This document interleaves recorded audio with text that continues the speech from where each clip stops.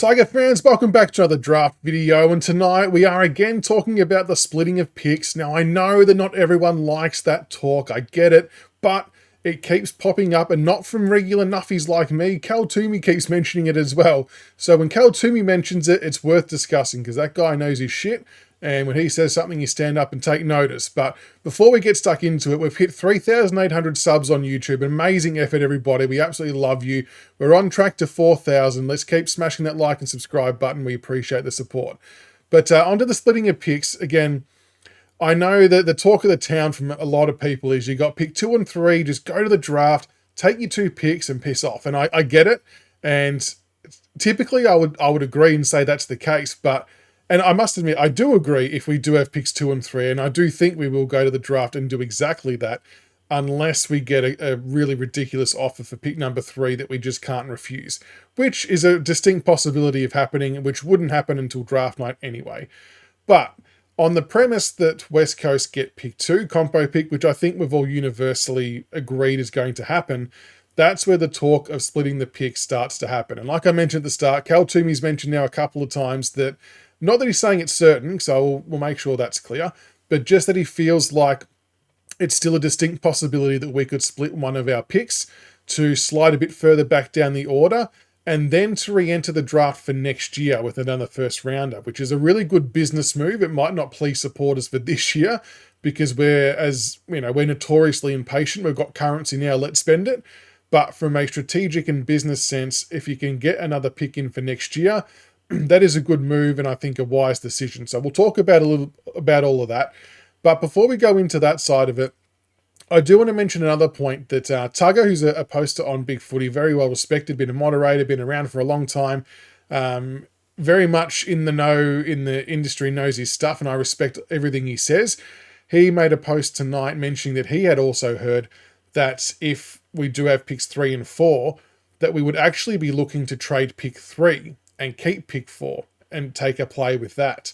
And the players that he heard that we might be linked to with trading down to a teens pick for this year were Grill and Hibbins-Hargreaves, which is really, really interesting. So I guess we'll unpack that part first.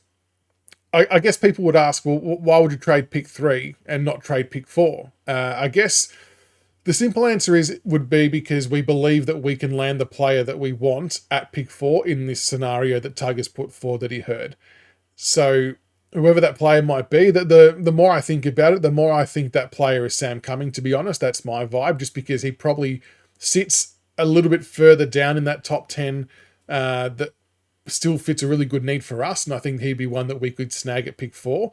The reason why you would trade pick 3 in this instance is because trading pick 3 gives you more currency or the ability to obtain a better pick for next year and still get a stronger pick this year in the teens, which is a win on all fronts. But that's on the assumption that you know or have a really good idea of what's happening at the start of that draft. And I think it's safe to say the first few picks we can all probably assume are going to be, in no particular order, Sharp, Dersma, Duff, Tytler. That'll be your first 3 you would think that are categorically going to happen.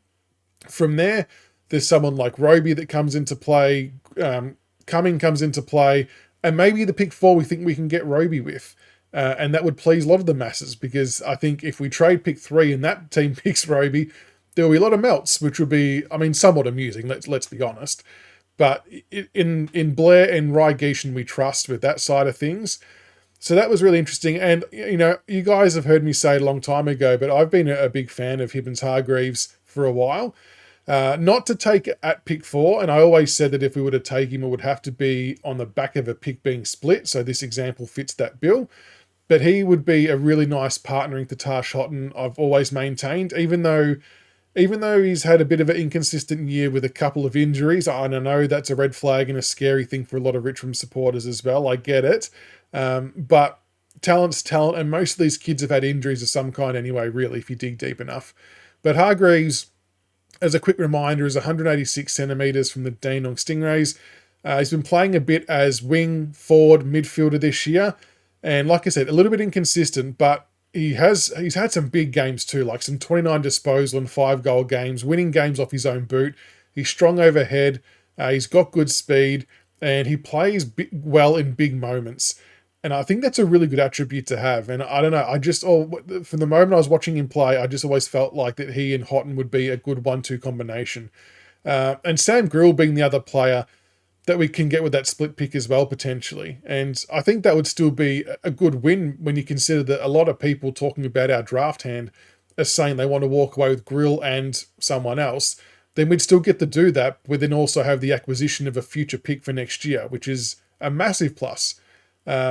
So there's a lot of ways we can still win out of this. So and you've got to realize as well, Blair, we know what Blair Hartley's like. He will not pick up his phone unless we're going to be reaming a club and coming out okay from this. So let's make sure we're all comfortable with that. He will not answer the call unless we are coming out on the better side of it.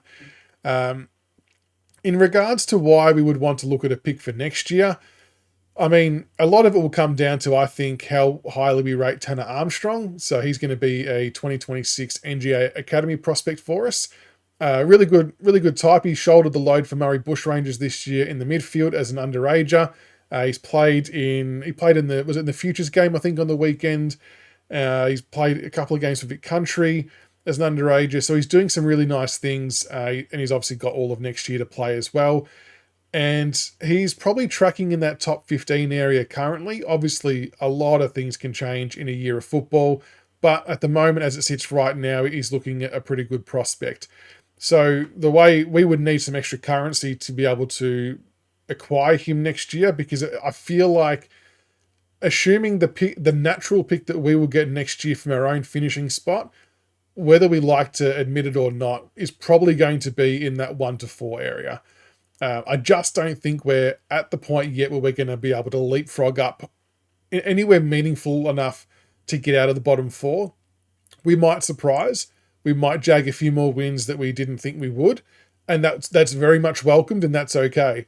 I just think the reality sort of suggests to me that we'll be in that 1 to 4 range for draft pick wise, which is okay because we're still building, right? Next year's not about trying to play finals, weirdly enough. We're still trying to put those final pieces together to then start powering up the ladder. So if we get, let's say, to top 3 pick next year, naturally from our own selection, that puts us in a position to be able to bid on a player like Cody Walker and put some real pressure on Carlton to match, or we get him, which is a huge win.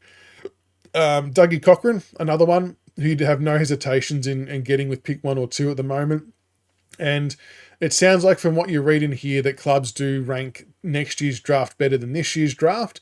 So having the 2 picks in another stronger draft is obviously a really good thing too. So they would be why that we would go down the path of doing that. And I think it can make sense if we can wrap our head around as supporters about the club's best needs and wants, not so much us wanting to spend our currency at once and wanting just to use the picks that we've got, because I guess from an impatience perspective, that's where we maybe come from.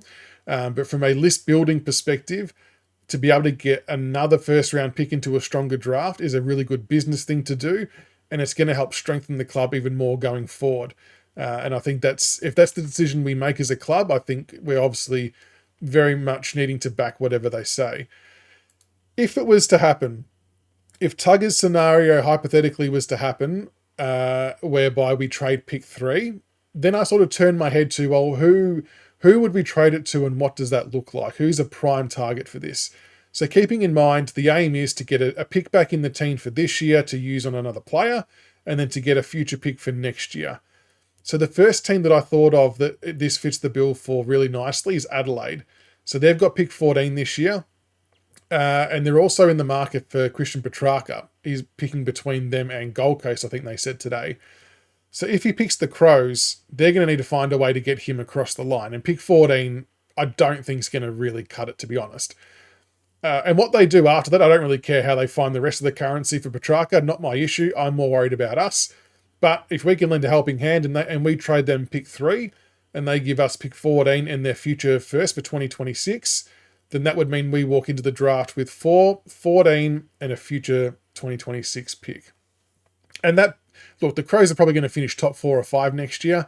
So that pick will be in the high teens, and that's probably around the mark for Tanner Armstrong as a starting point anyway. So it kind of all checks out on that front.